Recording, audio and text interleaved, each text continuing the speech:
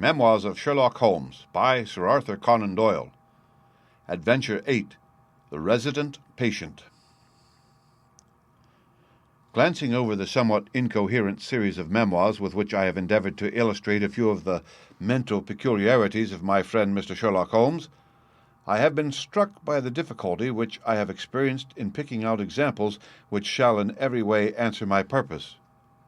For in those cases in which Holmes has performed some tour de force of analytical reasoning and has demonstrated the value of his peculiar methods of investigation, the facts themselves have often been so slight or so commonplace that I could not feel justified in laying them before the public. On the other hand, it has frequently happened that he has been concerned in some research where the facts have been of the most remarkable and dramatic character, but where the share which he has himself taken in determining their causes has been less pronounced than I, as his biographer, could wish. The small matter which I have chronicled under the heading of A Study in Scarlet, and that other later one connected with the loss of the glorious Scot, may serve as examples of this Scylla and Charybdis which are forever threatening the historian. It may be that in the business of which I am now about to write the part which my friend played is not sufficiently accentuated, and yet the whole train of circumstances is so remarkable that I cannot bring myself to omit it entirely from this series. It had been a close, rainy day in October. Our blinds were half drawn, and Holmes lay curled upon the sofa, reading and rereading a letter which he had received by the morning post. For myself, my term of service in India had trained me to stand heat better than cold, and a thermometer of 90 was no hardship. But the paper was uninteresting. Parliament had risen, everybody was out of town, and I yearned for the glades of the New Forest or the shingle of Southsea. A depleted bank account had caused me to postpone my holiday, and as to my companion, neither the country nor the sea presented the slightest attraction to him. He loved to lie in the very centre of 5 millions of people, with his filaments stretching out and running through them, responsive to every little rumour or suspicion of unsolved crime.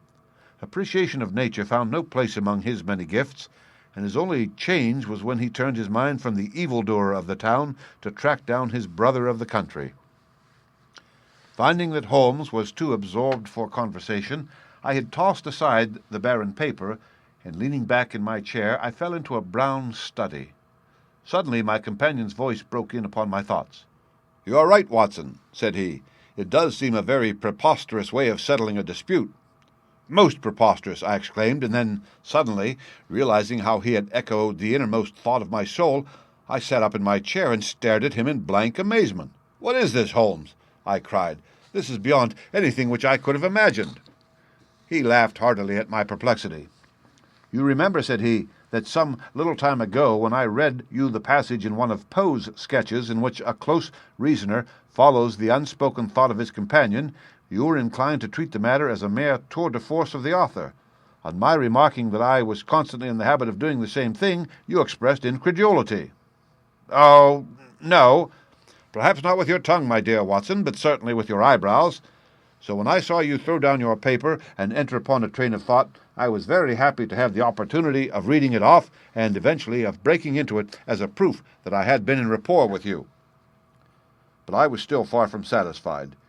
"In the example which you read to me," said I, "the reasoner drew his conclusions from the actions of the man whom he observed. If I remember right, he stumbled over a heap of stones, looked up at the stars, and so on, but I have been seated quietly in my chair, and what clues can I have given you?" "You do yourself an injustice. The features are given to man as the means by which he shall express his emotions, and yours are faithful servants." "Do you mean to say that you read my train of thoughts from my features?" "Your features, and especially your eyes. Perhaps you cannot yourself recall how your reverie commenced." "No, I cannot." "Then I will tell you. After throwing down your paper, which was the action which drew my attention to you, you sat for half a minute with a vacant expression. Then your eyes fixed themselves upon your newly framed picture of General Gordon, and I saw by the alteration in your face that a train of thought had been started. But it did not lead very far. Your eyes turned across to the unframed portrait of Henry Ward Beecher, which stands upon the top of your books. You then glanced up at the wall, and of course your meaning was obvious. You were thinking that if the portrait was framed, it would Just cover that bare space and correspond with Gordon's picture over there." "You have followed me wonderfully," I exclaimed.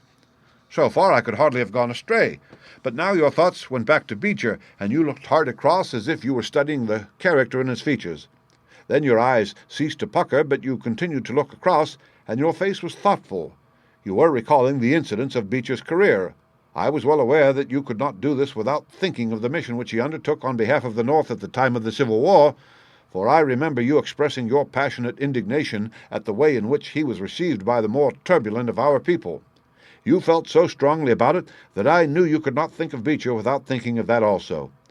When a moment later I saw your eyes wander away from the picture, I suspected that your mind had now turned to the Civil War, and when I observed that your lips set, your eyes sparkled, and your hands clenched, I was positive that you were indeed thinking of the gallantry which was shown by both sides in that desperate struggle. But then again, your face grew sadder. You shook your head. You were dwelling upon the sadness and horror and useless waste of life. Your hand stole towards your old wound, and a smile quivered on your lips, which showed me that the ridiculous side of this method of settling international questions had forced itself upon your mind. At this point I agreed with you that it was preposterous, and was glad to find that all my deductions had been correct. "Absolutely," said I, "and now that you have explained it, I confess that I am as amazed as before." "It was very superficial, my dear Watson, I assure you. I should not have intruded it upon your attention had you not shown some incredulity the other day. But the evening has brought a breeze with it. What do you say to a ramble through London?" I was weary of our little sitting-room, and gladly acquiesced. For 3 hours we strolled about together, watching the ever-changing kaleidoscope of life as it ebbs and flows through Fleet Street and the Strand. His characteristic talk, with its keen observance of detail and subtle power of inference, held me amused and enthralled. It was 10 o'clock before we reached Baker Street again. A brougham was waiting at our door. "A doctor's general practitioner, I perceive," said Holmes. "Not been long in practice, but has had a good deal to do. Come to consult us, I fancy. Lucky we came back."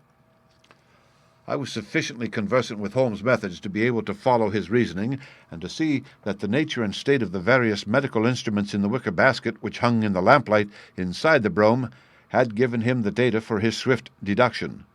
The light in our window above showed that this late visit was indeed intended for us. With some curiosity as to what could have sent a brother medico to us at such an hour, I followed Holmes into our sanctum. A pale, taper-faced man with sandy whiskers rose up from a chair by the fire as we entered. His age may not have been more than 3 or 4 and 30, but his haggard expression and unhealthy hue told of a life which has sapped his strength and robbed him of his youth. His manner was nervous and shy, like that of a sensitive gentleman, and the thin white hand which he laid on the mantelpiece as he rose was that of an artist rather than of a surgeon. His dress was quiet and sombre, a black frock coat, dark trousers, and a touch of colour about his necktie. "Good evening, Doctor," said Holmes cheerily. "I am glad to see that you have only been waiting a very few minutes." "You spoke to my coachman, then?" "No, it was the candle on the side table that told me. Pray, resume your seat, and let me know how I can serve you." "My name is Dr. Percy Trevelyan," said our visitor, "and I live at 403 Brook Street." "Are you not the author of a monograph upon obscure nervous lesions?" I asked. His pale cheeks flushed with pleasure at hearing that his work was known to me. "I so seldom hear of the work that I thought it was quite dead," said he. "My publishers gave me a most discouraging account of its sale. You are yourself, I presume, a medical man?" "A retired army surgeon." "My own hobby has always been nervous disease. I should wish to make it an absolute specialty, but of course a man must take what he can get at first. This, however, is beside the question. Mr. Sherlock Holmes and I quite appreciate how valuable your time is. The fact is that a very singular train of events has occurred recently at my house in Brook Street, and tonight they came to such a head that I felt it was quite impossible for me to wait another hour before asking for your advice and assistance." Sherlock Holmes sat down and lit his pipe. "You are very welcome to both," said he. "Pray let me have a detailed account of what the circumstances are which have disturbed you." One or two of them are so trivial, said Trevelyan, that really I am almost ashamed to mention them. But the matter is so inexplicable, and the recent turn which it has taken is so elaborate, that I shall lay it all before you, and you shall judge what is essential and what is not. I am compelled to begin with to say something of my own college career. I am a London University man, you know, and I am sure that you will not think that I am unduly singing my own praises if I say that my student career was considered by my professors to be a very promising one. After I had graduated, I continued to devote myself to research, occupying a minor position in King's College Hospital, and I was fortunate enough to excite considerable interest by my research into the pathology of catalepsy, and finally to win the Bruce Pinkerton Prize and medal by the monograph on nervous lesions to which your friend has just alluded. I should not go too far if I were to say that there was a general impression at that time that a distinguished career lay before me. But the one great stumbling block lay in my want of capital. As you will readily understand, a specialist who aims high is compelled to start in one of a dozen streets in the Cavendish Square quarter, all of which entails enormous rents and furnishing expenses.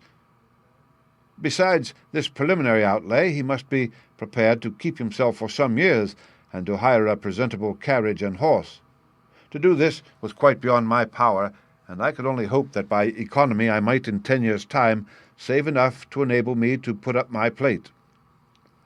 Suddenly, however, an unexpected incident opened up quite a new prospect to me. This was a visit from a gentleman of the name of Blessington, who was a complete stranger to me. He came up to my room one morning and plunged into business in an instant. "You are the same Percy Trevelyan who has had so distinguished a career and won a great prize lately?" said he. I bowed. "Answer me frankly," he continued, "for you will find it to your interest to do so. You have all the cleverness which makes a successful man. Have you the tact?" I could not help smiling at the abruptness of the question. "I trust that I have my share," I said. "Any bad habits? Not drawn towards drink, eh?" "Really, sir," I cried. "Quite right. That's all right. But I was bound to ask, with all these qualities, why are you not in practice?" I shrugged my shoulders. "Come, come," said he, in his bustling way. "It's the old story. More in your brains than in your pocket, eh? What would you say if I were to start you in Brook Street?" I stared at him in astonishment. "Oh, it's for my sake, not for yours," he cried. "I'll be perfectly frank with you, and if it suits you, it will suit me very well. I have a few thousands to invest, you see, and I think I'll sink them in you." "But why?" I gasped. "Well, it's just like any other speculation, and safer than most. What am I to do, then?" "Well, I'll tell you. I'll take the house, furnish it, pay the maids, and run the whole place. All you have to do is just to wear out your chair in the consulting room. I'll let you have pocket money and everything. Then you hand over to me 3/4 of what you earn, and you keep the other quarter for yourself." This was the strange proposal, Mr. Holmes, with which the man Blessington approached me. I won't weary you with the account of how we bargained and negotiated. It ended in my moving into the house next Lady Day, and starting in practice on very much the same conditions as he had suggested. He came himself to live with me in the character of a resident patient. His heart was weak, it appears, and he needed constant medical supervision. He turned the 2 best rooms of the first floor into a sitting-room and bedroom for himself. He was a man of singular habits, shunning company, and very seldom going out. His life was irregular, but in one respect he was regularity itself. Every evening at the same hour he walked into the consulting-room, examined the books, put down 5 and 3 for every guinea that I had earned, and carried the rest off to the strong-box in his own room. I may say with confidence that he never had occasion to regret his speculation. From the first it was a success. A few good cases and the reputation which I had won in the hospital brought me rapidly to the front, and during the last few years I have made him a rich man. So much, Mr. Holmes, for my past history and my relations with Mr. Blessington. It only remains for me now to tell you what has occurred to bring me here tonight. Some weeks ago, Mr. Blessington came down to me in, as it seemed to me, a state of considerable agitation. He spoke of some burglary which he said had been committed in the West End, and he appeared, I remember, to be quite unnecessarily excited about it, declaring that a day should not pass before we should add stronger bolts to our windows and doors. For a week he continued to be in a peculiar state of restlessness, peering continually out of the windows and ceasing to take the short walk which had usually been the prelude to his dinner. From his manner it struck me that he was in mortal dread of something or somebody, but when I questioned him upon the point he became so offensive that I was compelled to drop the subject. Gradually, as time passed, his fears appeared to die away, and he had renewed his former habits when a fresh event reduced him to the pitiable state of prostration in which he now lies. What happened was this. 2 days ago I received a letter which I now read to you. Neither address nor date is attached to it. A Russian nobleman, who is now resident in England, it runs, would be glad to avail himself of the professional assistance of Dr. Percy Trevelyan. He has been for some years a victim to cataleptic attacks, on which, as is well known, Dr. Trevelyan is an authority. He proposes to call at about 6:15 tomorrow evening, if Dr. Trevelyan will make it convenient to be at home. This letter interested me deeply because the chief difficulty in the study of catalepsy is the rareness of the disease. You may believe, then, that I was in my consulting room when, at the appointed hour, the page showed in the patient. He was an elderly man, thin, demure, and commonplace, by no means the conception one forms of a Russian nobleman. I was much more struck by the appearance of his companion. This was a tall young man, surprisingly handsome, with a dark, fierce face and the limbs and chest of a Hercules. He had his hand under the other's arm as they entered, and helped him to a chair with a tenderness which one would hardly have expected from his appearance. "You will excuse my coming in, doctor," said he to me, speaking English with a slight lisp. "This is my father, and his health is a matter of the most overwhelming importance to me." I was touched by this filial anxiety. "You would perhaps care to remain during the consultation?" said I. "Not for the world," he cried with a gesture of horror. "It is more painful to me than I can express. If I were to see my father in one of those dreadful seizures, I am convinced that I should never survive it. My own nervous system is an exceptionally sensitive one. With your permission, I will remain in the waiting-room while you go into my father's case." To this, of course, I assented, and the young man withdrew. The patient and I then plunged into a discussion of his case, of which I took exhaustive notes. He was not remarkable for intelligence, and his answers were frequently obscure, which I attributed to his limited acquaintance with our language. Suddenly, however, as I sat writing, he ceased to give any answer at all to my inquiries, and on my turning towards him, I was shocked to see that he was sitting bolt upright in his chair, staring at me with a perfectly blank and rigid face. He was again in the grip of this mysterious malady. My first feeling, as I have just said, was one of pity and horror. My second, I fear, was rather one of professional satisfaction.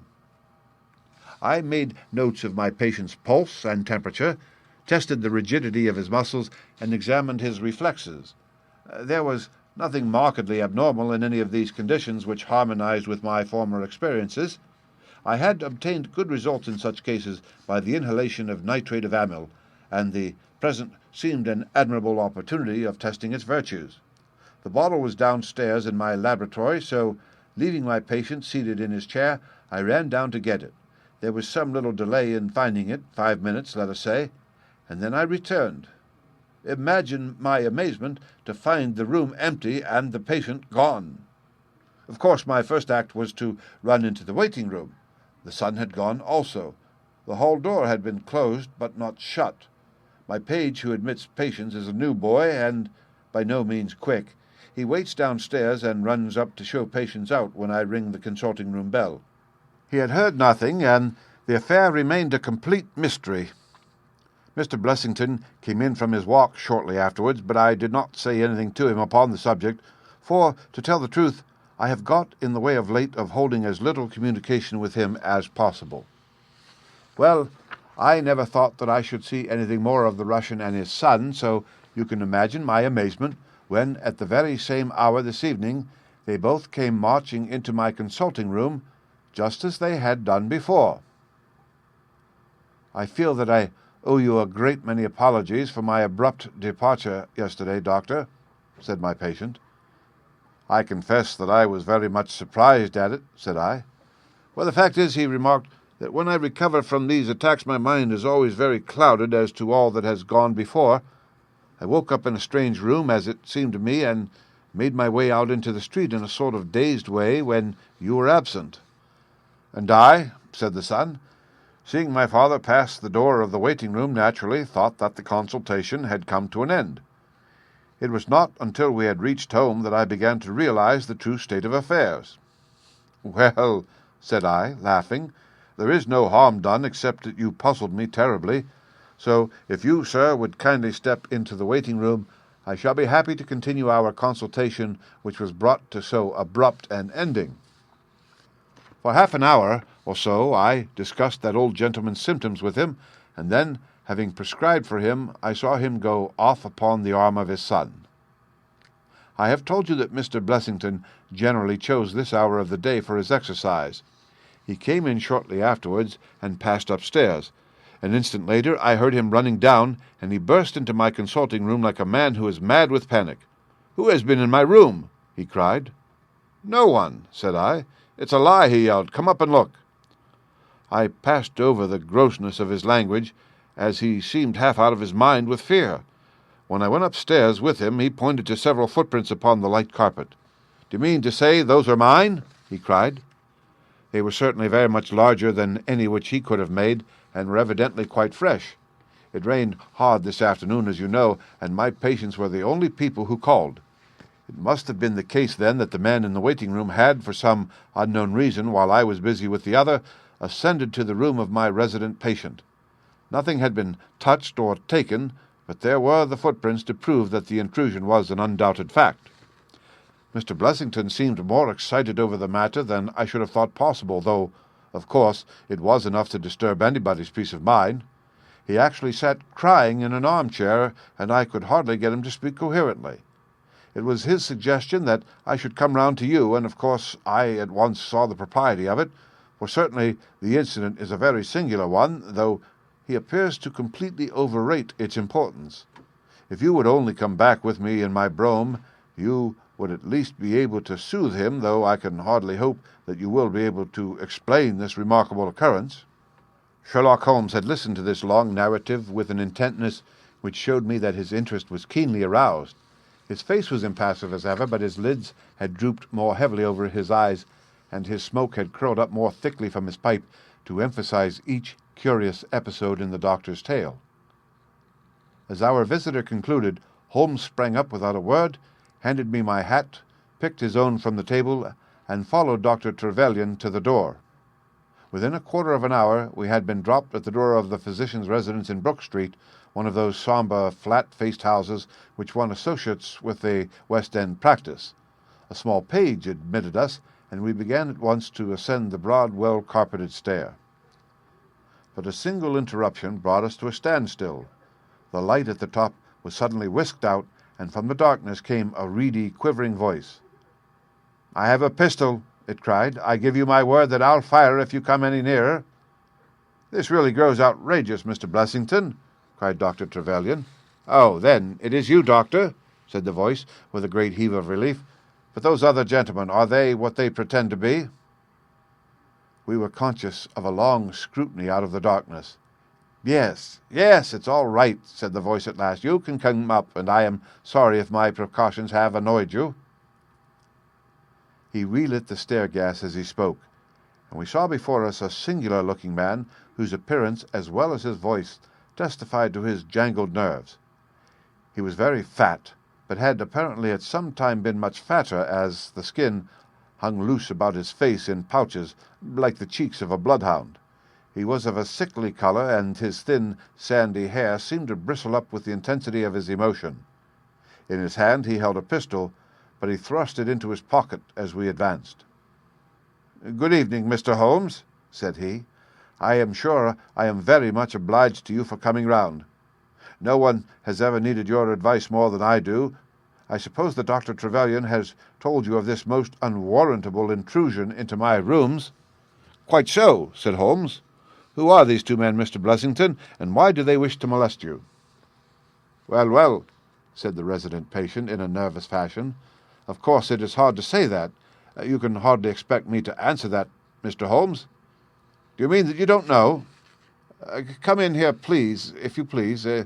Just have the kindness to step in here." He led the way into his bedroom, which was large and comfortably furnished.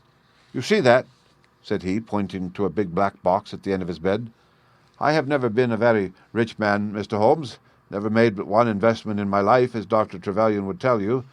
But I don't believe in bankers. I would never trust a banker, Mr. Holmes. Between ourselves, what little I have is in that box, so you can understand what it means to me when unknown people force themselves into my rooms." Holmes looked at Blessington in his questioning way, and he shook his head. "I cannot possibly advise you if you try to deceive me," said he, "but I have told you everything." Holmes turned on his heel with a gesture of disgust. "Good night, Dr. Trevelyan," said he. "And no advice for me," cried Blessington in a breaking voice. "My advice to you, sir, is to speak the truth." A minute later we were in the street and walking for home. We had crossed Oxford Street and were halfway down Harley Street before I could get a word from my companion. "Sorry to bring you out on such a fool's errand, Watson," he said at last. "It is an interesting case, too, at the bottom of it." "I can make little of it," I confessed. "Well, it is quite evident that there are two men, more perhaps, but at least two, who are determined for some reason to get at this fellow Blessington. I have no doubt in my mind that both on the first and on the second occasion that young man penetrated to Blessington's room, while his confederate, by an ingenious device, kept the doctor from interfering." "And the catalepsy?" "A fraudulent imitation, Watson, though I should hardly dare to hint as much to our specialist. It is a very easy complaint to imitate. I have done it myself." "And then?" "By the purest chance, Blessington was out on each occasion. The reason for choosing so unusual an hour for a consultation was obviously to ensure that there should be no other patient in the waiting room. It just happened, however, that this hour coincided with Blessington's constitutional, which seems to show that they were not very well acquainted with his daily routine. Of course, if they had been merely after plunder, they would at least have made some attempt to search for it. Besides, I can read in a man's eye when it is his own skin that he is frightened for. It is inconceivable that this fellow could have made two such vindictive enemies as these appear to be without knowing of it. I hold it therefore to be certain that he does know who these men are, and that for reasons of his own he suppresses it. It is just possible that tomorrow may find him in a more communicative mood." "Is there not one alternative?" I suggested, grotesquely improbably no doubt, but still just conceivable. Might the whole story of the cataleptic Russian and his son be a concoction of Dr. Trevelyan's, who has for his own purposes been in Blessington's rooms? I saw in the gaslight that Holmes wore an amused smile at this brilliant departure of mine.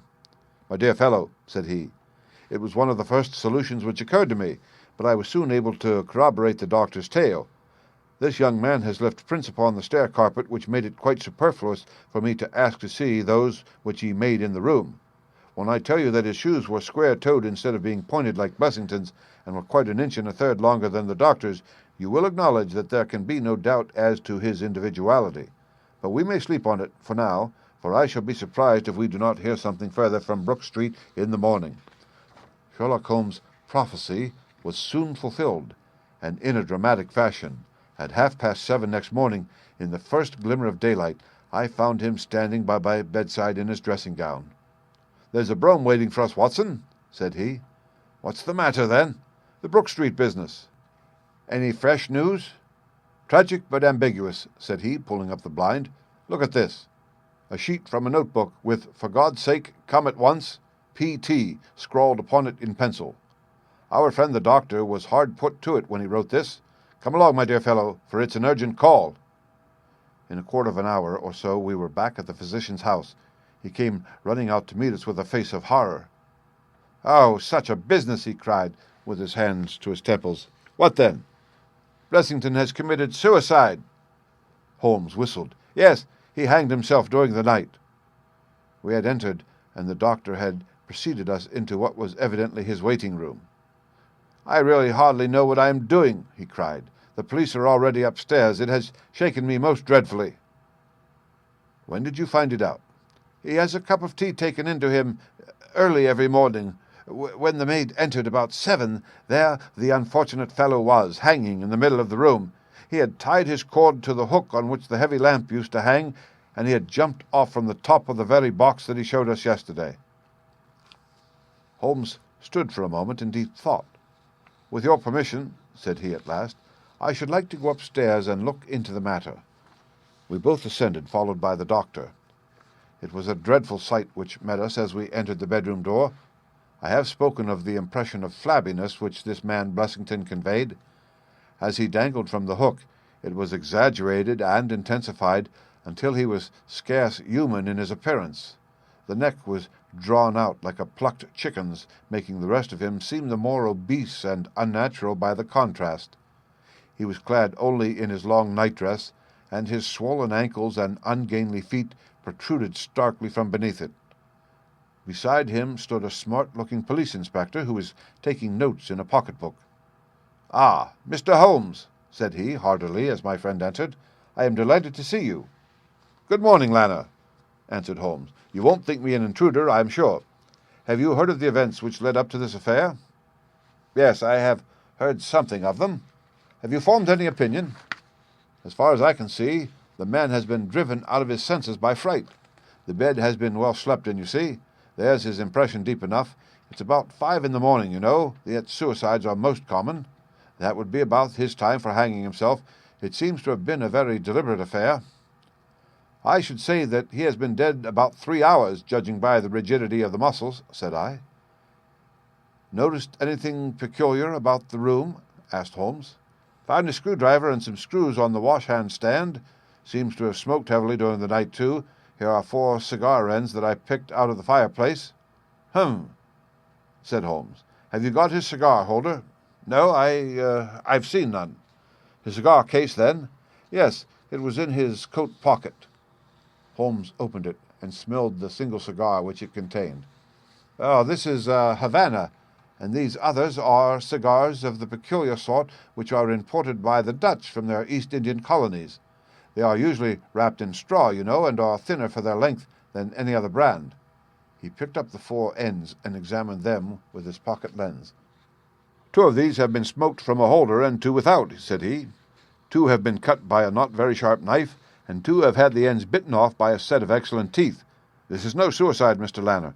It is a very deeply planned and cold-blooded murder." "Impossible!" cried the inspector.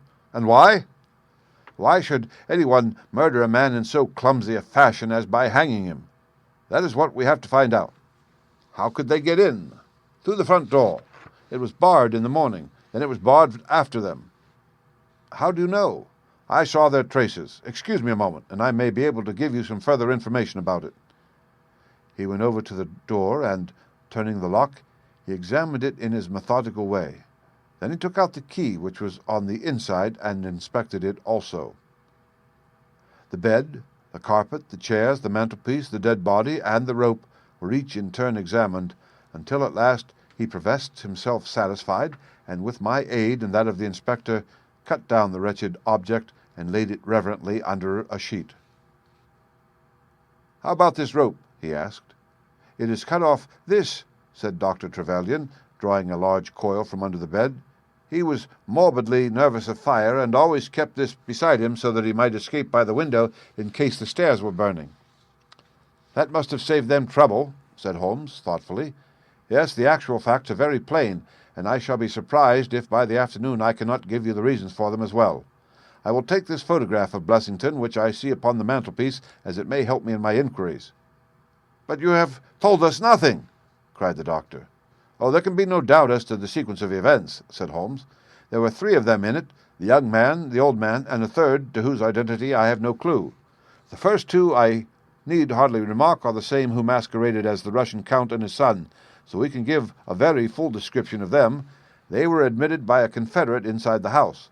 If I might offer you a word of advice, Inspector, it would be to arrest the page, who, as I understand, has only recently come into your service, Doctor." "The young imp cannot be found," said Dr. Trevelyan. "The maid and the cook have just been searching for him." Holmes shrugged his shoulders. "He has played a not unimportant part in this drama," said he. "The three men have ascended the stairs, which they did on tiptoe, the older man first, the younger man second, and the unknown man in the rear." "My dear Holmes!" I ejaculated. "Oh, there could be no question as to the superimposing of the footmarks. I had the advantage of learning which was which last night. They ascended, then, to Mr. Blessington's room, the door of which they found to be locked. With the help of a wire, however, they forced round the key. Even without the lens, you will perceive by the scratches on this ward where the pressure was applied. On entering the room, their first proceeding must have been to gag Mr. Blessington. He may have been asleep, or he may have been so paralyzed with terror as to have been unable to cry out. These walls are thick, and it is inconceivable that his shriek, if he had time to utter one, was unheard. Having secured him, it is evident to me that a consultation of some sort took place. Probably it was something in the nature of a judicial proceeding. It must have lasted for some time, for it was then that these cigars were smoked. The older man sat in that wicker chair. It was he who used the cigar-holder. The younger man sat over yonder. He knocked his ash off against the chest of drawers. The third fellow paced up and down. Blessington, I think, sat upright in the bed, but of that I cannot be absolutely certain. Well, it ended by their taking Blessington and hanging him. The matter was so prearranged that it is my belief that they brought with them some sort of block or pulley which might serve as a gallows. That screwdriver and those screws were, as I conceive, for fixing it up. Seeing the hook, however, they naturally saved themselves the trouble. Having finished their work, they made off, and the door was barred behind them by their confederate. We had all listened with the deepest interest to this sketch of the night's doings, which Holmes had deducted from signs so subtle and minute that even when he had pointed them out to us, we could scarcely follow him in his reasoning.